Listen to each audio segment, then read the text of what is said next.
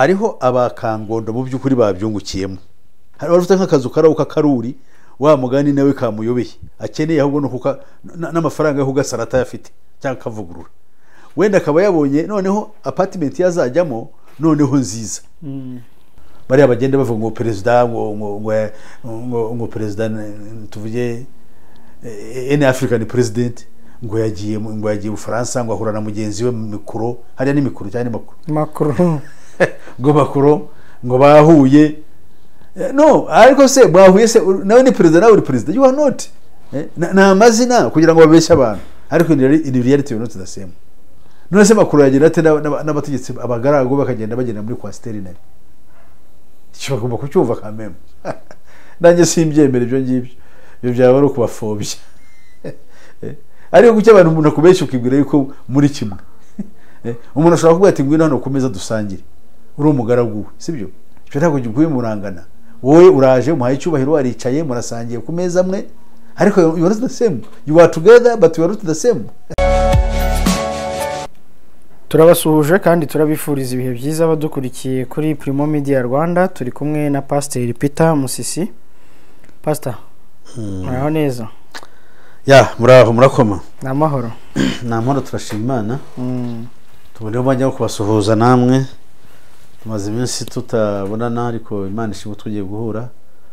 Kandi tukongera tubona umwanya wo kuba tuvugana n'abandi benshi bakurikira Primo TV cyangwa se Primo Media. Twiringiye ko umwami Imana azakomeza kubagirira neza, kandi abari hirya no hino ku isi bavuga ururimi rw'Ikinyarwanda bari mu Rwanda no hanze yarwo, ururimi n'abanyamurenge dusangiye imyumvire y'ururimi, Imana yatugiriye neza. Ndabasabira umugisha kugira ngo ndabona basuhuje, kandi basabira n'umugisha wo kugira ngo aya mabyo tuba tuvuga cyane cyane aho biganisha tuba tuganisha abantu kugira ngo bamenye igisubizo nyacyo kibera mu isi twibaza, maze icyo tubabwira ariyo nzira y'Imana kandi yashyizweho nayo yo kudukiza, noneho babimenye kandi bacengeremo. Yego Pastor, tugiye kugaruka ku ngingo rero zitandukanye nkuko mubimenyereye na Pastor Peter Musisi. Tugenda tugaruka ku bijyanye n'ibibera hirya no hino mu isi, mu Rwanda, muri aka karere ka Afrika y'Uburasirazuba, muri Afrika muri rusange ndetse no hirya no hino ku isi. Pastor Musisi adufasha kubihuza n'aho ibihe bigeze ndetse n'ubuhanuzi. Pastor, mu Rwanda muri iki cyumweru dusoje havuzwe cyane ku bijyanye no kwimura abaturage babanyahe, warabikurikiye? Hanyuma muri aka karere kacu haracyavugwa M23 ndetse na ziriya ngabo z'umuryango Afrika nzumwe zitegura kujya kuyirwanya. Muri Afrika rero haravugwa cyane kuri iriya ntambara ya TPLF n'iziranye shyamba zirwanya ubutegetsi bwa Ethiopia. Ngira ngo nabyo urimo urabikurikira cyane. Hanyuma hakurya y'inkiko z'u Rwanda hakavugwa urupfu rwa Queen Elizabeth wa kabiri, ari umwamikazi w'Ubwongereza washyinguwe ku munsi w'ejo ku wa mbere, nibwo abaperezida b'ibihugu bitandukanye n'umwami w'Ubuyapani, umwami w'abami w'Ubuyapani bari bagiye kumushyingura cyangwa se kumutabariza, ariko ni kuvuga kumushyingura. Pastor, reka duhere mu Rwanda. Ikibazo cy'abaturage ba Kangondo na Kibiraro ya mbere n'iya kabiri wagikurikiye ute? Ko bamwe bavuze bati bari abaturage mu buryo butari bwo, abandi bati leta nta kindi yakabaye ikora uretse kwifuriza neza umuturage ndetse no kumwifuriza gutura neza. Ibyo bintu jewe hari ibintu njya ntekereza, cyangwa se mbese mbanze numva ikibazo cyawe warabikurikiranye. Narabikurikiye ariko sinabyiga byose ngo wenda navuga ngo ndabizi 100%. Gusa hari icyo giye nabaza, wenda twabira ngo tumaro imbere cyo tuvuga. Bari abaturage ba Kangondo buvuga kubimura se ntibijyanye n'amategeko. Twese abantu bambaye umubiri, twese twakabaye twifuza ko niba igikorwa cyawe waracyubatse waragikoreye igihe kirekire, nanone cyane cyane yari igikorwa kijyanye n'icumbi. Okay? Icumbi aho umuntu yabaga, kuko icumbi riri mu bintu bitatu biri basic. Ikintu cya mbere ni icyo kurya, icya kabiri ni icyo kwambara, icya kabiri ni icya gatatu naho kuba, icya gatatu ni indaro, shelter. So fundamentally ni ikintu gikomeye cyane, kandi ukubaho burya kurya si ugupfa kurya, no kwambara si ugupfa kwambara, muri izo basics. Naho gutura si ugupfa gusa gusa aho ntura, oya, nuvuga ngo kurya niyo mpamvu tubwira kurya indyo yizute yuzuye. Noneho icyo bita kwambara, nabo ugomba kwambara kuko ugomba kugira imyambaro inyuranye. Hari igihe cy'imbeho, hari igihe cy'izuba, hari igihe cy'umurimbo, ugomba kwambara ku buryo bwuzuye. So no gutura rero nako aho utuye naho ugomba kuba ari ahantu huzuye. Niba mvuga nti ahantu narahatuye nafashe umwanya wo kwatura, nafashe umwanya wo gukora imbaraga zanjye zose. Ese burya waruzi yuko umuntu ashobora gukora imyaka 20 akorera icumbi? No kuvuga ngo iyo ushobora kujya mu ahantu njya ndeba muri ano mazu baha abantu bakajya bakata imishahara, bashobora kuguha icyo bita apartment. Ya apartment bakakubwira ngo uzayishyura in 20 years, mu myaka 20. Yego na 30 gigera rwose. Yes, hafi ni nka kimwe cya kabiri cy'ubuzima bw'umuntu. Wowe uya ikintu nkora icyo gihe cyose navunikiye cyangwa se narazwe na data cyangwa nundi, noneho mu kanya gato umuntu akavuga ngo gikubye na zero, urumva ntabwo byaba ari byiza kabisa. Ndibwira yuko rero twese turi abantu, iyo abantu bakora ibintu jewe ntabwo mvugira ibya Kangondo, ndavuga principe jewe. Principle iravuga ngo nkuko bivuze ngo umuntu nabagiye kugenda baramubarira ibyo bintu agenda bikorere, kandi je nibwira ko umuntu aho kugira ngo je mubarire ayimene je mutwara ahantu muhe ikindi kintu gisimbura hahandi namuhajya amafaranga. Ushobora gutwara igihe kirekire ariko nkakiga nkakimukorera. Nawe ari program y'imyaka 3 cyangwa 4 twayigira imyaka 10, kuko nta kirukansa bari abantu bari basanzwe n'ubundi bahari. Icyabyirukansaga nuko hari ahantu batuye na ahantu hashoboraga gushyira ubuzima bwabo mu kaga. Okay, naba ariko kuri hari ikintu cyakozwe cya emergency, babona abantu bagiye gupfa, kuko hariho abantu nakubwiye yuko bino bintu bya harimo program muri bintu bya environmental degradation, bino byo guhindagurika kw'ibihe. Harimo umukino ariko utari ku rwego mpuzamahanga.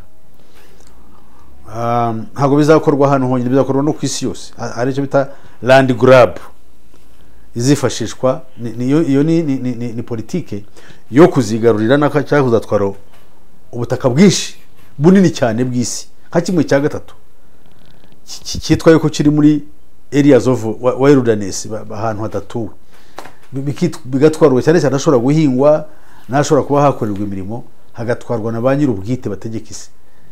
Bariya ba nyir'ubwite bategeka isi bakontorora abantu bose, bakontorora za guverinoma zo ku isi, ni nabo buriya biga bakatwigira umushinga. N'izi mvura na bino biza bakora nibo babikora. So rero byose tujye tuvuga ibintu tujye tureba aho ibintu bigenda bituruka.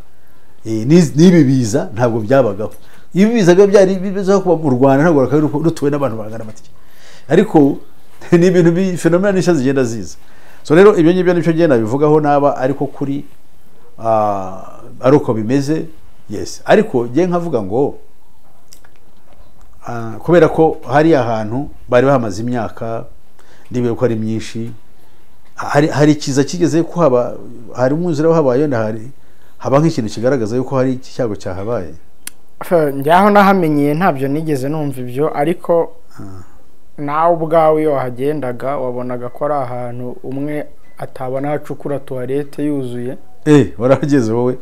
Noneho kuhanyuramo ntago byashobokaga, nk'iyo inzu yashya nta kizimyamwoto yashoboraga kuhagera, byari bigoye. hari hegeranye cyane, inzu zegeranye, ubwiherero bwegeranye. So wowe rero urahazi? Byari fortunately ntabwo nari nahagera, kandi ntabwo ari byiza gukometinga ku kintu utazi. Ariko nuvaga abantu bavuga ngo bamwe hari abahari bari bafite amazu ngo banakodesha. Impression wowe umuntu wo hanze utari wahagera bari nk'umuntu n'utuye afite rwose ibintu bye bimeze neza nta kibazo. Ariko naba ari bwabuzu wa mugani bita batyo, kandi ari ubuzu bubi budafite naho buri, kuko hano muri Kigali umuntu afite akazu gati cyangwa umuntu akagakomera ugasanga karaho, aho umuntu akagashyiraho za sima n'utundi tunakaryoshya abantu bakaza bakinjiramo. ariko wenda hari ikibazo gikomeye. So we niba warabibonye rero your information is reliable. Uri umunyamakuru kandi yanumva bavuga ngo ijisho ry'umunyamakuru. Oya ntabwo ijisho ry'umunyamakuru ari ngombwa ko rimera nk'irya rubanda. Ariko icyajemo nyine ni icyo ngicyo cyo kutumvikana ku buryo bwo kwimuka. Abaturage bati turashaka amafaranga, leta iti twabubakiye inzu ni muze mujye guturamo, aho kugira ngo wenda babe babaha amafaranga mujye kubaka kandi kajagari ahandi usange abantu barahora mu kajagari no kwishyura. Ariko nanone ntabwo bajya mu kajagari, ariko ko buri muntu agenda ajya, hari n'abaji wabo yari mu byaro bafite mu byaro.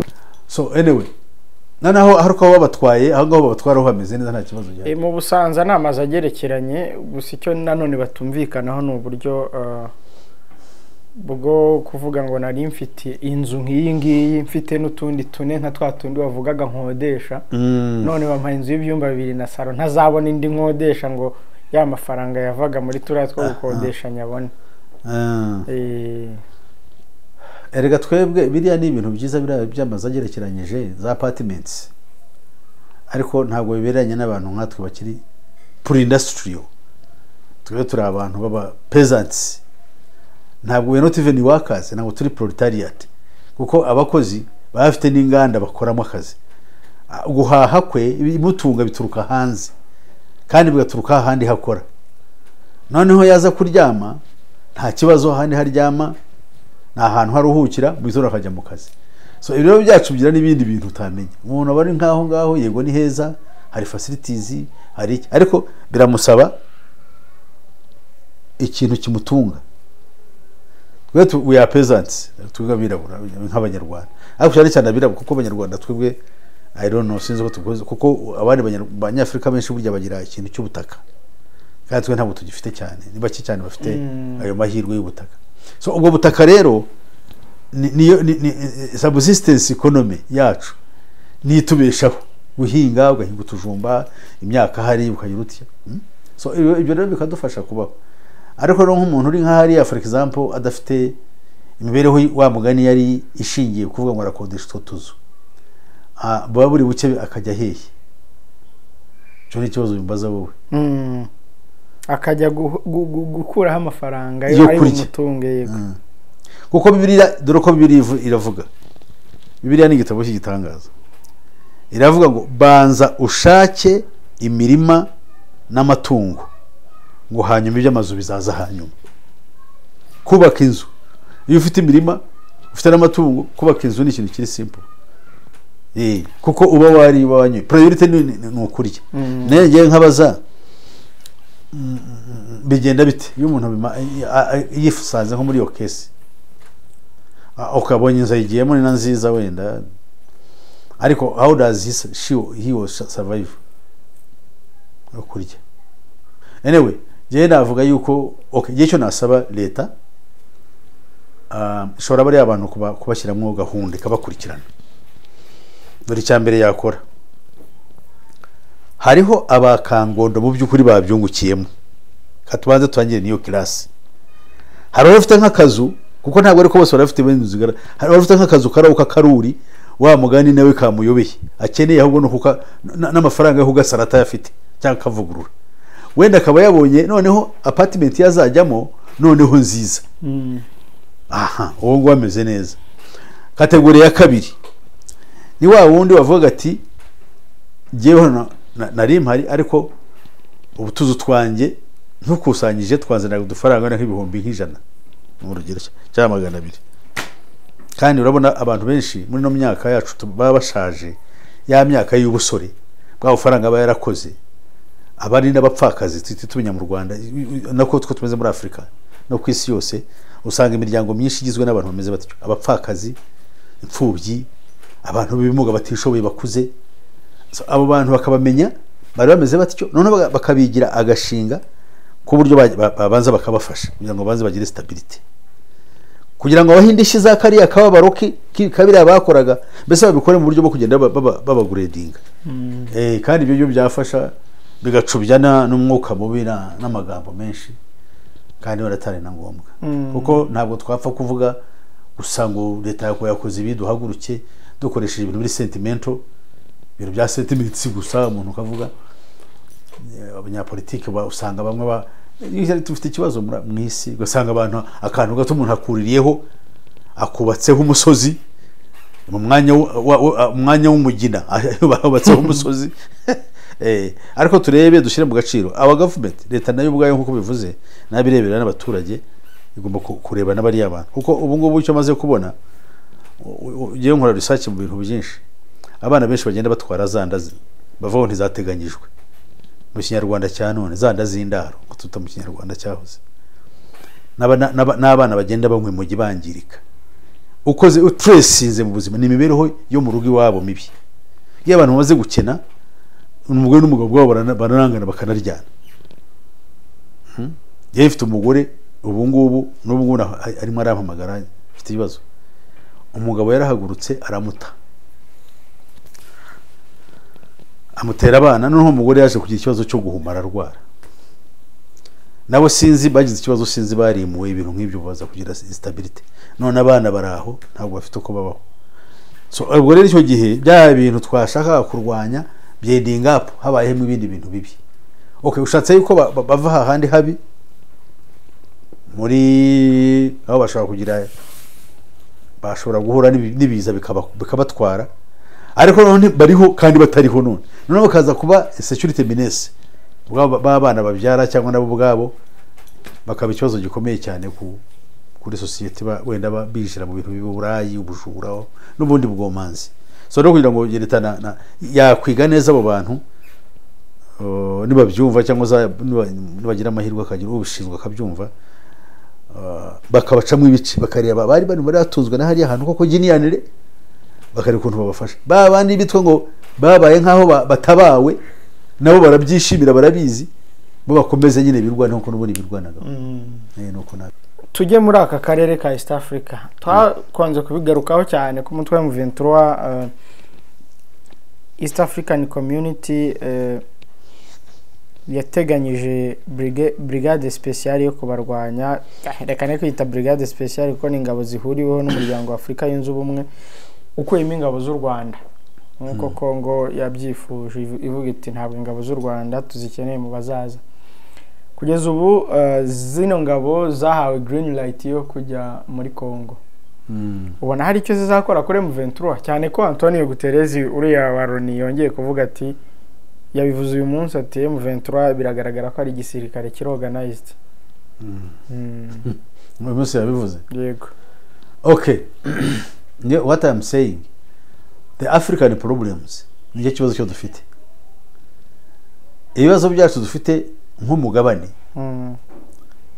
kandi ibibazo byacu dufite mu rwego rw'ibihugu kiti cyabyo tugomba kubyiga mu buryo buri genial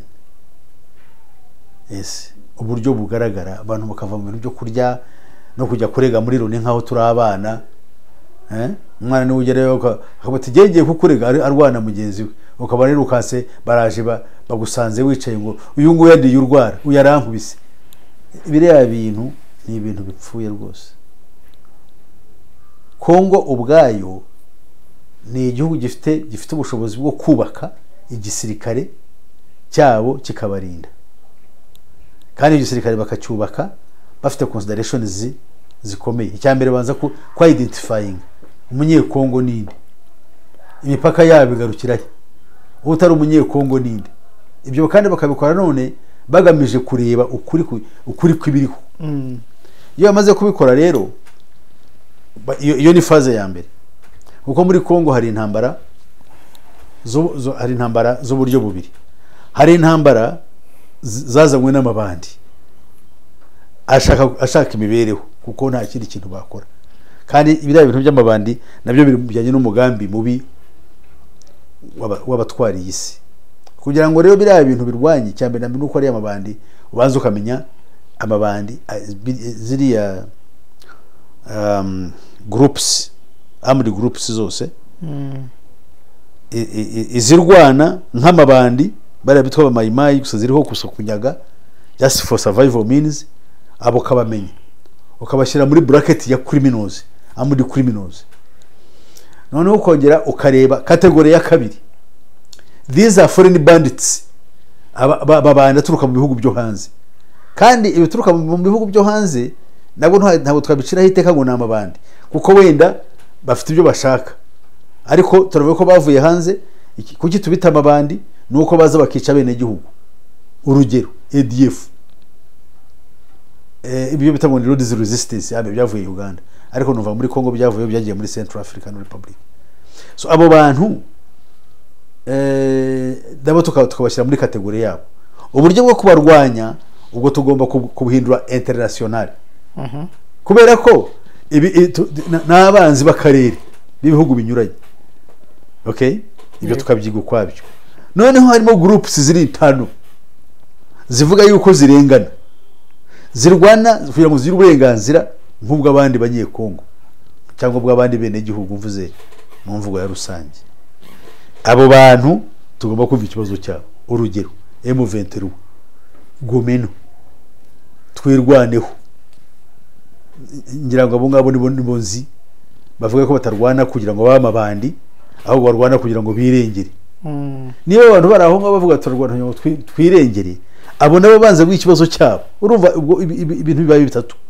Nubwo bibaye bitatu, ibyo bibazo uko ari bitatu, buri kimwe gifite uko kigomba kuba solved, uko kigomba kuba cyakemurwa.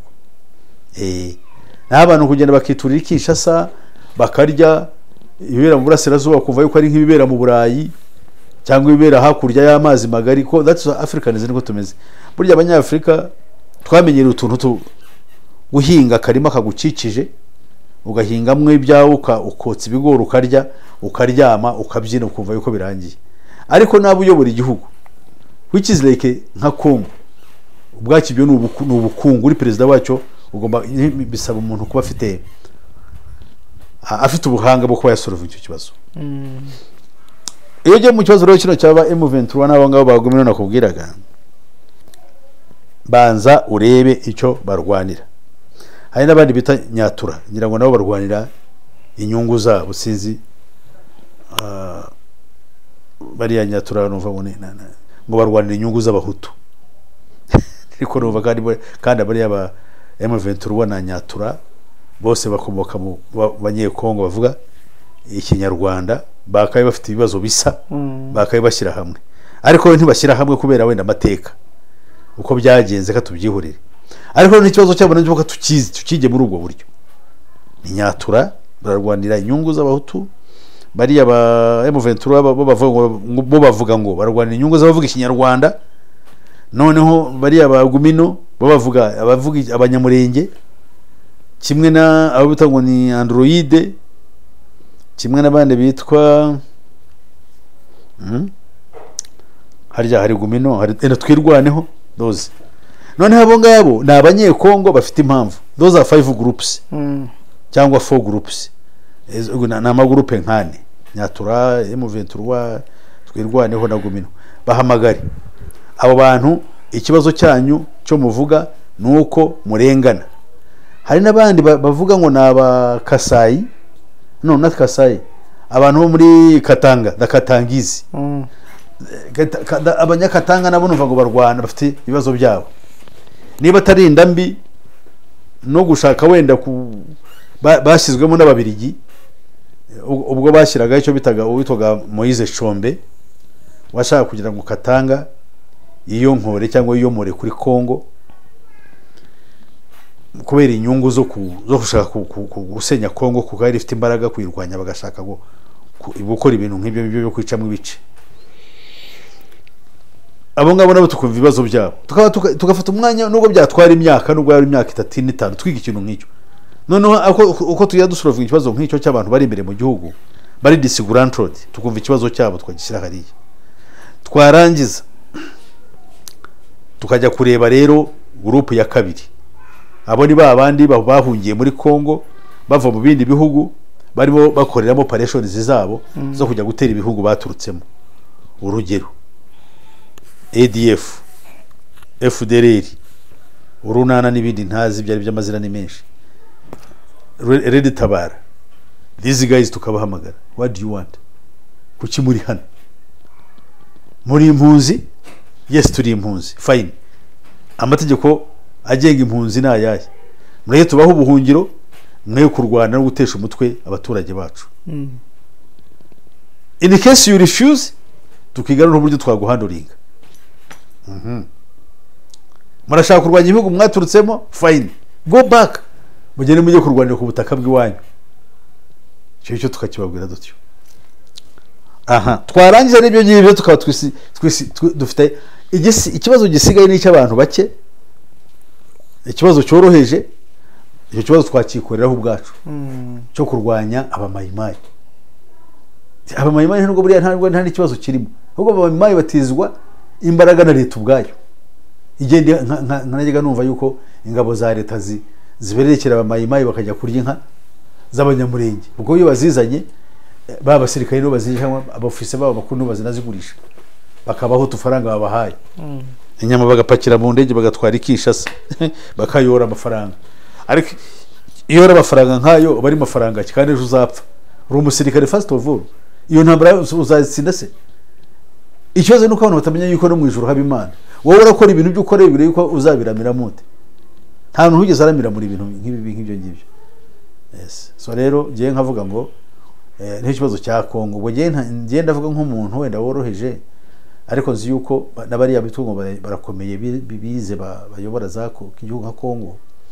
Nk'uwo mugambi ntibashobora no kuwukora, bawukore batese kandi mwibanga bafite ayandi mabwiriza bahabwa nabashebuje.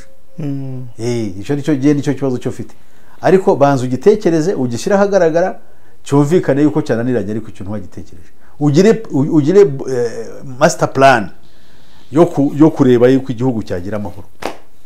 So ngiye nicyo nabyo kuvuga ngo urazana ingabo, nose ingabo za East Africa ziraza zikora iki? Abantu bajya kumena amaraso yabo mu bintu bidafite umumaro, kuko ba bandi ntabwo bazahunga nuko East Africa ije, kireka ko nize kabarusha imbaraga. None se nibahunga bagahunga muri Kongo bazahungira mu bihugu bya East Africa byari byabarwanyije n'ubundi sibyo se?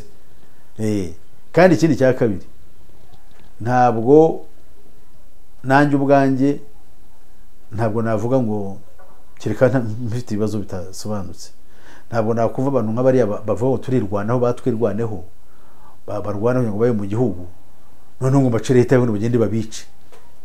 Turabona ahangahe impunzi zabo, ntabwo tuzizi ko dufite impunzi z'abanyamurenge, impunzi z'abanyekongo, abanyabwisha, abanyejomba. Abanyabwisha nibo buzuye muri Uganda, bano bahunze za Masisi bari mu Rwanda.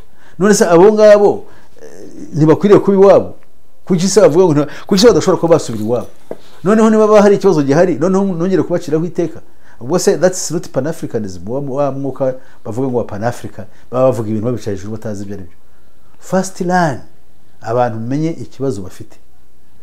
Ni nk'abari abantu bitanga ngo nabaruhija, warobushe baruhija bo muri Birmania cyangwa Myanmar.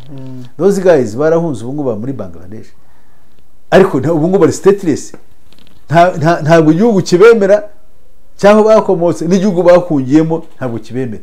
Ubundi bavuga yuko ari abantu babimukira batuye cyane muri Bama, ariko bakomoka muri za Bangladesh aho ngaho, ni n'abayisilamu.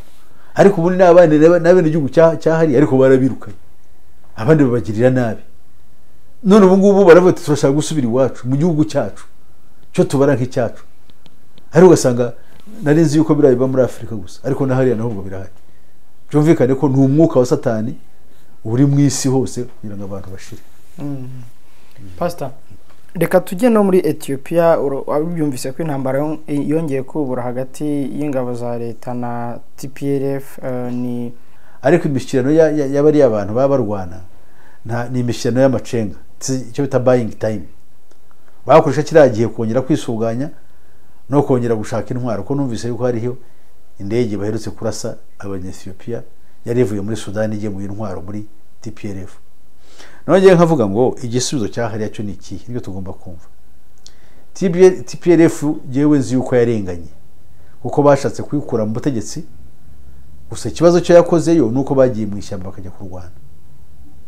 Ese urarwana muri abantu muri Ethiopia, abatigrinya ni nka ngo bavuga ko ari hagati ya 7 n'8% y'abatuye igihugu. None se murarwana with what objective? Kugira ngo muvaneho leta se mukireho yanyu kandi muri minorite batanabashaka? Murarwana se kugira ngo mwiyomore ku gihugu? Icyo gihe nibaza barashaka ko agace kawo kigenga. ntabwo ari igitekerezo ariko niko bavuga se ngira ngo aya barwanye aho usanga kuvanaho leta iriho bigeze no kurwana bashaka gufata Addis Ababa bafata n'ikindi gihugu cya Amhara n'abandi kandi gace indi ntara iri itari ni wabo none se bongo bavuga ute yuko abo ngabo barashaka gufata igihugu cyose ko baravuga ko igihugu kiguye mu manga ariko iyo urwana ushaka gufata igihugu cyose ugomba no kureba yuko ibyifuzo cyawe reflectinga iby'abandi nubwo byaba ari byiza ariko se mu gihe udashoboye first sell your ideas ibitekerezo byawe byiza abandi babibayinge bone ko wagira nabo reba Amhariki n'abitwa ba Oromo nibo benshi cyane kandi ntabwo bashaka abo bantu babategetse imyaka 20 irenga ariko nubwo babategetse ntibabagiriye nabi cyambere bane nibo barwanyije Mengistu witwaga Mengistu Haile Mariam wari umunyagitugu nkuko nyanura babivuga okay bamurwanyije bamukuyeho nibo bashoboye gutegeka noneho iriya ntambara bamaze bamurwanya amaraso yabo yaramenetse bagiye mu gihugu bari bamaze gutuza urumva bamaze kujya mu power hari byinshi babonye bateye imbere barakize ariko muri rusange nanone bazanye amajyambere mu gihugu nuvuga dushobora kubakira kuri cya kindi gice bazanye aho ujya tunyura umujinya wo kugira ngo tubice tubahora ibyo batunze mu Kinyarwanda baca umugani sinzi ngo mujya gutera uburezera bw'ibanza ubwo niba barakoze ibyiza urumva nabo ntibabyiyima byinshi hari ibyo babonye muri byo haba akazi keza haba kwiga ariko no kugira ngo tubatesha agaciro ubwo uyu nguyu Abiy Ahmed we akomoka bitamwe n'aba Oromo ubwo yari amaze kujya ku ntebe yajya kureba yuko babandi batumye ni nabo actually yari umwe muri bo yari ishyaka ryabo yajya gukomeza akabana nabo ahubwo yashyize agira amashusho yo gushingira ishyaka ritandukanye n'iryabo kugira ngo noneho biranije bita popularity kugira ngo abantu bagire bate babandi babangaga babone ko bamuyoboka noneho nabone uko bakandagira abarwanyi ibi ni politics bipfuye igihugu kikaba gisenyutse mwe mukibwira yuko mukora ariko nongereho nkuko cyangwa mbivuga ntabwo mbarenganya ko abenshi muri bo batakaje ubumuntu n'ibyo bitekerezo tuvuga siko babibona bafite bashebuja bari inyuma bashaka ko igihugu gisenyuka nahoze mbona ku munsi w'ejo bajya gushyingura wa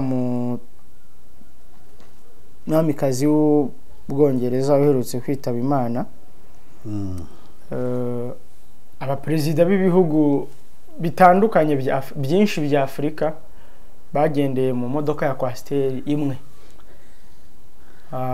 ku ifoto abari kuyibona barabona cyane William Ruto ni uri guhita agaragara na Suluhu Hassan wa Tanzania bari muri Coaster n'abandi baperezida b'ibindi bihugu bya Afurika ariko abaperezida nka Joe Biden wa Amerika agenda muri limousine Perezida Macron yanze kujya muri iyo Coaster ntabwo gusa biramenyekana uburyo abantu bitwaye bari bashinzwe protocole kugira ngo agere hari gusezererwaho Queen Elizabeth byateje akaduruvaye ejo abantu bati ni gute mwasuzugura abaperezida bacu muri Afurika ndetse no mu Bwongereza ubwabo bati abongereza bati bira ntabwo ari ibintu niba bose ari abanyacyubahiro bamwe bakabe bagenda mu buryo bumwe mu gusezera umwamikazi warabikurikiranye kwanza mbere urupfu rw'ura mwamikazi rw'ubwarwo uraruvugaho iki pastor no urupfu rwa kwiri Bwongereza no urupfu rusanzwe yarakuze yagombaga gusaza nko abantu bamera gusa icyo bagomba kumva abantu bariya nk'umwamikazi w'Ubwongereza n'abandi bami bariya bameze kuriya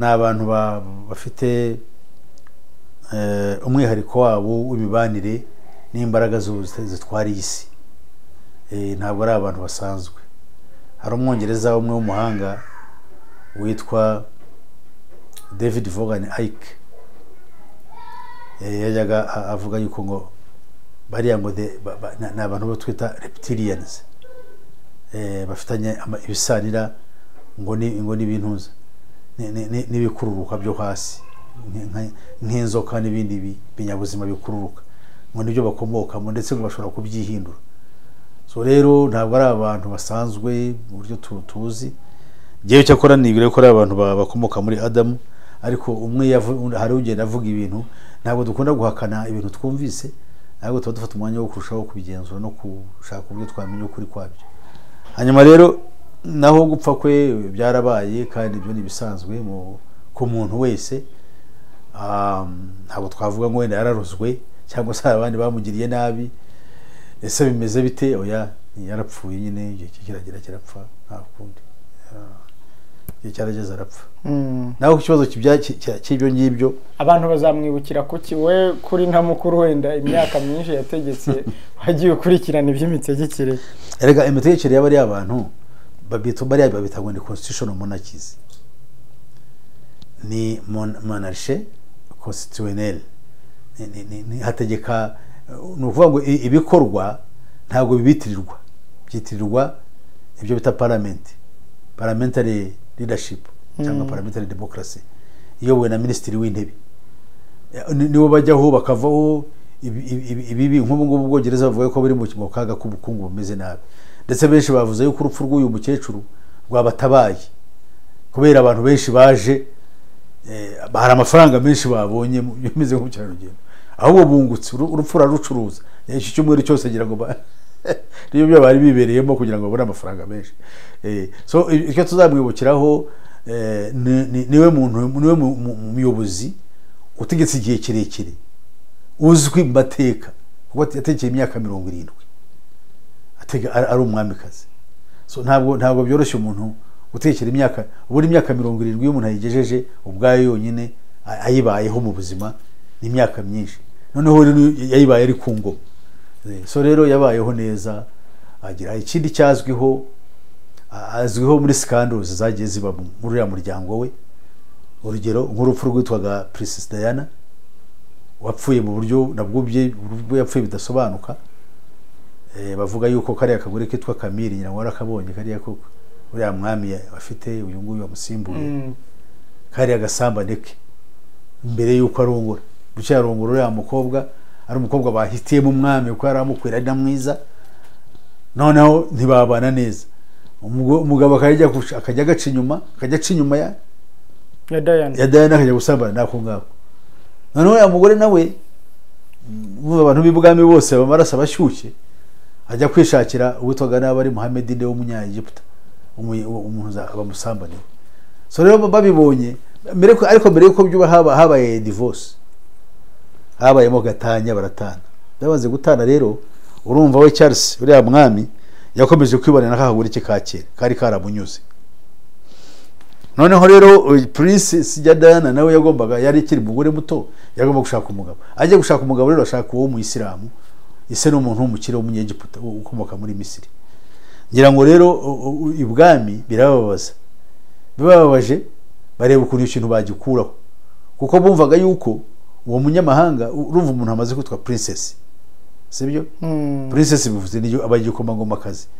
Twebwe siko tubara umuntu kubigikomangoma cyangwa igikomangoma kazi, bituruka mu maraso kandi yo kwasi. Yego. Ni nacyo tweribe yuko aricyo cyiza. Naho hari iwabo ushobora kubigikomangoma kubera gusa yuko washatse muri abo bantu, you become a princess. Kandi ibi bintu buri ko babibara, ntabwo najya kwijira mu muco wabo. Noneho byaje kumera bite? Urupfu rwe rufite n'amayobera, bavuga yuko yishwe nande? Ni ibwami kwande kwa Elizabeth. Hari nawe ushobora kuba ari wapangaga ibyo ngibyo. Cyo ni cyambere. Cya kabiri gikomeye cyane ni umuhungu we, umwuzukuru, umwe mu buzukuru be yarongoye umukobwa, bavuga yuko ngo umukobwa afite amaraso y'abirabura. None we n'umukobwa baragiye baraturutse, bavuye mu bintu bya cyami, bahitamo kujya kwibera mu buzima busanzwe, ngo bagiye muri Amerika. Meghan n'umukobwa, umuhungu nawe yitwa Harry, yeah, right. So Harry cyangwa Henry, okay, ni Harry, kuko hari William, akaba na Henry, ngira ngo nuwo Harry. So Harry rero yaragiye n'umugore we, byabaye skandali bwami, ndetse bavuga yuko ari ikibazo cya racism, kwanga wa mukobwa ko ari amaraso aje batashakaga, kuko amaraso ye iyo ba traces harimo ubwirabura bukomoka muri Afrika, ngira ngo cyangwa mu banigura bo muri Amerika. Therefore kibarira ari skandali ku mwana y'ibwami, ariko kubera yuko amukunda yaga kugira ate guhara umugore waragenda ahara ibyo wabo. Hari n'imihango byagiye bahezwamo muri uko gusezera kuri Elizabeth. Yes, ariko wewe ngo bo ntibaje no kuza ngo baranze, bigumira iyo bari baravuga ati ibyo bwami ntituyaba ibwami n'umugende mu mihango yayo. Icyo ni icya kangahe? Ni icya kabiri. Ikindi uriya mugore bavuga yuko yagiraga imihango n'imitsindo ikomeye ya gipagani ya kidayimoni, kuko ari mu mirya, ari muri za Illuminati. Afite rero imihango n'ibindi byose bakora bitoroshye. Ari n'umuhungu wigeze gukorayo, simuzi ariko numva gatanga ubuhamya uburyo yakoze kwa Queen n'uburyo cyari ikibazo. Buriya Queen iyo atari yaryama ntabwo abantu baryama. Cannot sleep before the Queen sleeps. Ubwo n'ubona abantu babaga bamukisha nabo bafite ibibazo. Niba ari itegeko ry'ubwami se? Itegeko ry'ubwami ko none rijyana n'imihango wenda ijyanye no kuraguza. None se niba sinzira afite ibitotsi, umuntu nabo wenda yirirwa aryamye cyangwa nta kindi azasinzira, namutegeza kugera ariko byo simbizi nibyo. Ariko ubwo tuzamwibukira kuri bimwe muri ibyo ngibyo uko habaye za skandal nuko ategetse igihe kirekire. Nta byiza se yagejeje ku batuye isi, cyane cyane abari mu muryango w'ibi bihugu bikoresha ururimi rw'icyongereza, cyane ko bagaragaye benshi bamanuye amabendera bayororukije, abandi bagashyiraho iminsi y'ikiruhuko mu gihugu kugira ngo yunamirwe. None se icyabaye ni iki muri tuvuge nk'ibihugu ni ukuvuga we amaze imyaka 70 ari ku ngoma. Byinshi mu bihugu bya Afurika yari akoroneje byigenze ari buri ku ngoma, kandi byinshi byamenetse amaraso cyane. Urugero nka Kenya, Mau Mau rebellion yatwaye abantu benshi barwanira ubwigenge bwabo. Urumva ikibazo cya Zimbabwe, South Africa. No, Zimbabwe, bya Zimbabwe ikibazo gifite gikomoka ku ngoma ya Queen uriye. Okay, si utegeka ariko afite influence. Ivuga byose byabayeho during her reign ategeka. Ibyo byose byabaye ku ngoma y'uriya mukecuru. N'abagiyeyo twiwe nuko abanyafrika ntabwo tugira solidarity. Giye nduva nta kujya uzi ko muri yase babagiye gukora iki, bakaba nabo ba protestinga, bakavuga ati no twebwe we are sorry for what you did. Kuri Kenya, kuri Zimbabwe, uburyo bafashije bagashaka buhaki bo muri Afurika y'Epfo. Ibibazo bindi bakuruye muri ibintu byo muri Afurika byinshi tugenda duhura nabyo, uko binyereneza za kudeta nko muri Uganda bafashije Idi Amin. Ibyo ni ibintu bibi cyane. Igihugu barageshe nabwo igihugu kiri mu manga kubera ibyo, kandi ibyo ntibajya babiha agaciro. Ku ngoma ye European Union cyangwa Burayi bwateye Libya burayisenya. Ubuse none se kiza twavuga, kandi ku ngoma ari ahari ngo twavuga byose byagiye bibaye mu gihe cy'ubutware bwe. Yego, nkaba nibwira ko rero ntacyo yakoze nka Queen ngo avuge ati no, nk'umubyeyi ngo avuge ati ibintu si byo. Ubwo rero genda umva ntacyo kumurira gihari kiraho. Cyakora ntabwo dushobora kwishimira urupfu rwe nk'abari bitwa ba Julius Malema wo muri Afurika y'Epfo numvaga byina n'abandi nkabo, kuyo no umuco nawo ubuswa. Ntabwo twakwishimira urupfu rw'umuntu, ariko bikandi protest. Dushobora kumva yuko twebwe akabaro dufite, ntabwo twishimira urupfu rw'umuntu, ariko reka tugaragaza akabaro kacu n'ikibazo cyacu, twe tuvuga yuko ibyo tutazabijyamo, kuko uwo muntu ku ngoma ye twarababajwe. Ngasubira kuri uko abo rero birabura bitabiriye, aba perezida birabura bitabiriye iherekezwa rye no gutabarizwa kwe, bigarukaho uburyo babaye treated. Ni ukuvuga jewe facing reality as it is, nkurikiza ukuri nk'uko nkuzi. N'ubundi birabyo batwita ngo turaba ngo turangana. Nigeze gukora ikiganiro hanga twigana twakoze mvuga yuko we not those African leaders bavuga ngo they are equal. Bari abagende bavuga ngo president ngo president tuvuge any African president ngo yagiye mu Faransa ngo ahura na mugenzi we mikuru, hariya ni mikuru cyane Macron ngo Macron ngo bahuye. No, ariko se bahuye se nawe ni president, nawe uri president, you are not. Na amazina kugira ngo babeshye abantu, ariko in reality you are not the same.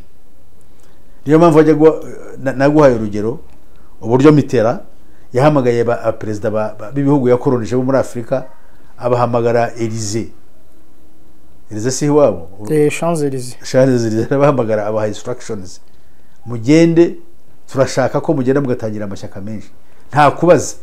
N'abahabyarimana abandi bari baguye igitumo, bumva yuko ari itegeko rivuye ibukuru. Nasabo ngabo ninde se wari wahamagara aba parliamentarians cyangwa aba ministeri usibye n'abaperezida b'u Burayi ukaza ukaba umunyafrika ukabaha instructions usibye na instructions nta n'igitekerezo wabaha ngo bakitekereze naho cyaba ari cyiza kibuturutseho bumva yuko bashaka uburyo bagikikira kikanyura ahandi atari kuri wowe. So rero kubera izo mpamvu rero ibyo bagomba kubyumva, sinzi impamvu ibyo batabyumva. Icyo ni icya mbere. Icya kabiri, muri Bibiliya harimo ibihugu 10 bitegeka isi, nibo bami bisi. Urugero Amerika n'Ubufaransa biri muri abo ngabo. Abo bami rero ni abami nose yose bicaranye n'abagererwa babo, kirago byemera. Bibiliya ivuga ko ari amahembe 10 ategeka isi, ngo nibo bami batarima, none barimye barahari. One of them is Biden. Undi muri bo ni Macron.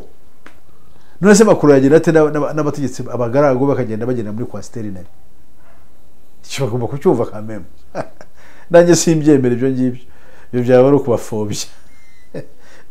Ariko gucyo abantu umuntu akubeshya ukibwira yuko muri kimwe. Umuntu ashobora kuvuga ati ngwino hano kumeza dusangire. Uri umugaragu we, sibyo? Cyo ntabwo gikuye murangana.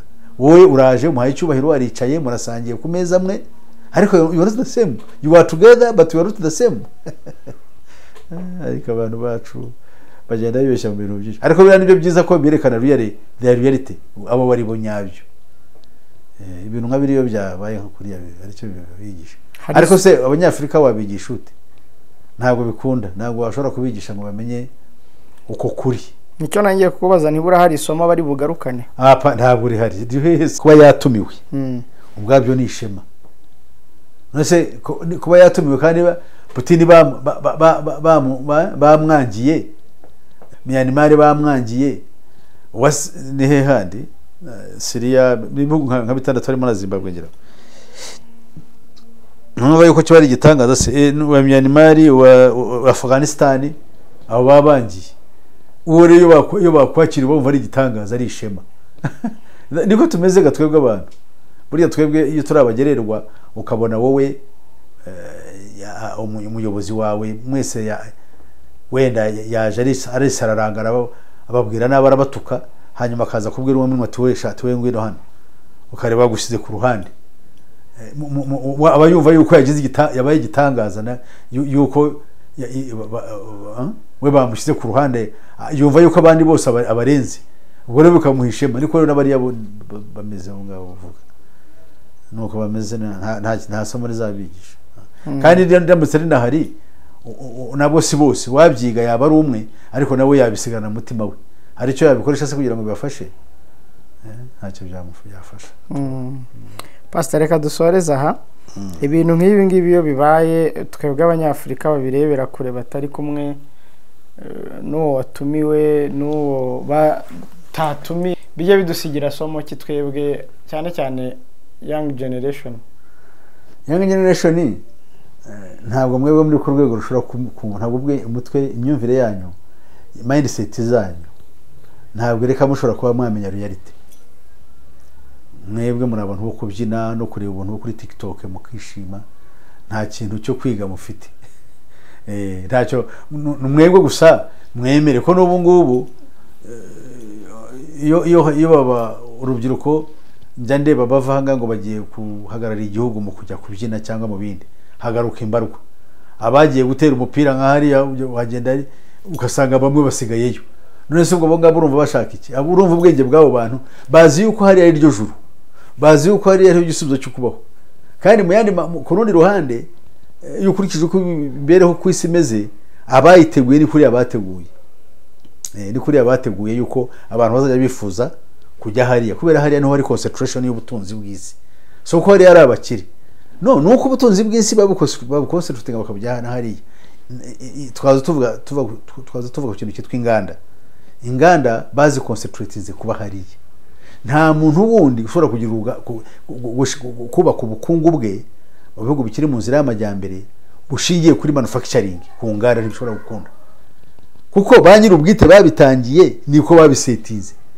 Twebwe hanga tugomba ko providers ba resources, kandi resources yo tubazitwara, we don't gain from those resources, although they are ours. Ni ibyabo tweba duhaho gusa kugira ngo akantu just cash ya yuko ari nko mu murima wawe kwikura mu isoni ariko nta nicyo bakayibanaguha cyo mvuga cyumva neza nko kureba Angola kureba Congo batwara essence yose bakijyanira bakabaho just babaha nka 25%. Ari nayo kibazo kigiye kuzana n'ibibazo muri Uganda na Tanzania. The problem in Uganda and Tanzania. Ya nawe mbona European Union yarababujije. Biriya rero bari muri Uganda bari twaza ngo witwa Cyaguranyi ngo aragenda ngo akabicira izina. It doesn't work. Izina icyo bashaka nose bari babafite rihe zina. They are all beasts bose ni inyamaswa. Nuko icyo bashaka barashaka iriya Uganda ishobora kuba yaragisha kukaza kugira ngo ari amavuta ava hariya iyabone ikintu kigaragara. Kandi ubu siko bimeze muri Afrika. Muri Afrika icyo baguhaye nicyo wakira. Bashatse rero kugira ngo bakaze bashobora kuba bati namwe ntabwo mutamuza kuyagurisha. Iyo essence ntabwo muzayigurisha petrol. No you can't. Muzayigurisha mutese. Twe tugomba kuyigura, twe dufinancinga kuko ibaze mu myaka 6 niba atari 10. Je numva iriya program yatangiye kera. Ko bari bazi ngo baracukura iyo petroli bumvaga izanyuzwa hiye. Wenda ngira ngo kibaze nk'umuntu. Yagomba kunyura mu kirere se. They knew all along nkuko n'ubundi bikorwa mu bindi bihugu. Yagomba kuba piped. Nkuko bimeze no mu bihugu by'Abarabu buri za Saudi Arabia zahe. That pipe is piped up to the coast kugera ku nyanja. Niko babikora nta handi nta kundi babigira. None nimaze kubikora utyo cyakora uzi bitandukanye n'ibyo azambwira ariko nuko bimera. Noneho rero wowe uravuze ngo petrol abantu barayicukuye company zikoze iki batangiye gukora barayicukuye none igeze cyo kuba exported wowe ubihereye hehe yenda avuga ngo hari impamvu bitwaza ngo bibangamiye iki bavuze ibintu bibiri bishekeje bibangamiye ngo intuza ibidukikije ariko ngo abantu batuye aho ngaho bazabangamirwa cyane nibo bavuga icya kabiri ngo bakuriye amakuru ko bamwe mu bantu babimuwe mu mitungo yabo ngo batahembwe batishyuwe atahingurane batahingurane ubu se ahari ibibazo by'ingurane hose ku isi ni hehe ko batahaye sabo muri Zimbabwe ingurane bari abazungu bakandamizaga ko batabahaye ingurane bagahitamo gupyinagaza igihugu. These guys are not serious. So rero icyo twe tugomba kuvuga nta kintu cyiza usije ko niyo mpamvu tugabirabura ntabwo dutekereza impamvu twicaye aha ngaha impamvu kino kiganiro tukijyamo cyane no kugira abatirista abanyarwanda n'abandi bantu bashijuke bamenye n'abadashaka n'abasanzwe bangana kubw'inyungu zabo no amini kubw'impamvu zabo bwite bamenye isi turi mu kwimeze bari abantu icyo bashaka ni Uganda cyangwa se na Tanzania babafitiye umujinya burabigeze kubazwa na Magufuli yuko yanze kwakira urukingo kandi ngo bari barabahaye za miliyoni z'amayero. Muri European Union uvuga. European Union ya. Jira kimwe rwose bavuga ngo umuntu twahaye ntabwo twumvira. Umuryango umwe bw'Uburayi. Umuryango umwe bw'Uburayi. Icyo ni ikintu cyonzi. Nubwo yewe Magufuli yapfuye bakaba barageze ku byo bashakaga ariko wera n'uriya mugore ari muri ya system ye nawe ntabwo bamwibona mukuru ya mugore gusa n'umunyafrika kazi bibereye aho no mu Islam kazi nta bibazo byo afite n'umuntu wenda bitekera za pirawo kirira n'icyayi no umugore rwose witurije w'umunyafrika kandi muri kamere niyo mpamvu yigeze kuvuga ubushize ngo abwira abakobwa batera umupira arababwira ariko mu abakobwa mwe ninde uzabarongora ibyo byo mwikora ni ibiki barangije baramutuka mwe abaharanira uburenganzira bw'abagore baravuze induru biriya byabo babarozi kandi yavuga ibintu avuga mind ye avuga ati ibintu ni ibiki umukobwa utera umupira ni ibyahehe none barangije bamugira ariko abo bantu rero bashobora kuba ari wo mujinya babafitiye bashaka kubagira bate kugira ngo barebe ukuntu ba concessions babahaye mu ibanga bazemera hari byo bashaka buriye kandi nibazemera uzabona biriya bintu birangiye. Wibuke World Bank yibye mu 7 miliyoni 40 z'amadolari ngo zo gukora imihanda kubera iki ngo abangamiye ubutinganyi. You know, they don't want you to be yourself. Ntabwo bashaka kugira ngo ube wowe ugira ubwenge ugira ibitekerezo byawe bijyanye n'inyungu zawe. Nose ubutinganyi buhuriye he na diplomacy n'abantu umuntu kubakora nacyo kuko nacyo bagishira muri human rights violation kuba yuko ubangamiye uburenganzira bw'ikiremwa muntu. Kuri urwo ruhande nzi yuko twebwe nk'abanyafrika dukwiriye gutekereza tukibuka tukamenya tuva niyo tujye. Imana ibaho umugisha nta kintu. Ya pastor reka tugushimire cyane twavuze ku ngingo nyinshi zigiye zitandukanye reka dusoreze aha twizere ko abadukurikiye namwe hari icyo mwakuyemo. Pastor Peter Musisi tugenda tuganira ku ngingo zitandukanye zirebana na politike ndetse n'iyobokamana n'ubuhanuzi naho isi igeze. Pastor wakoze cyane.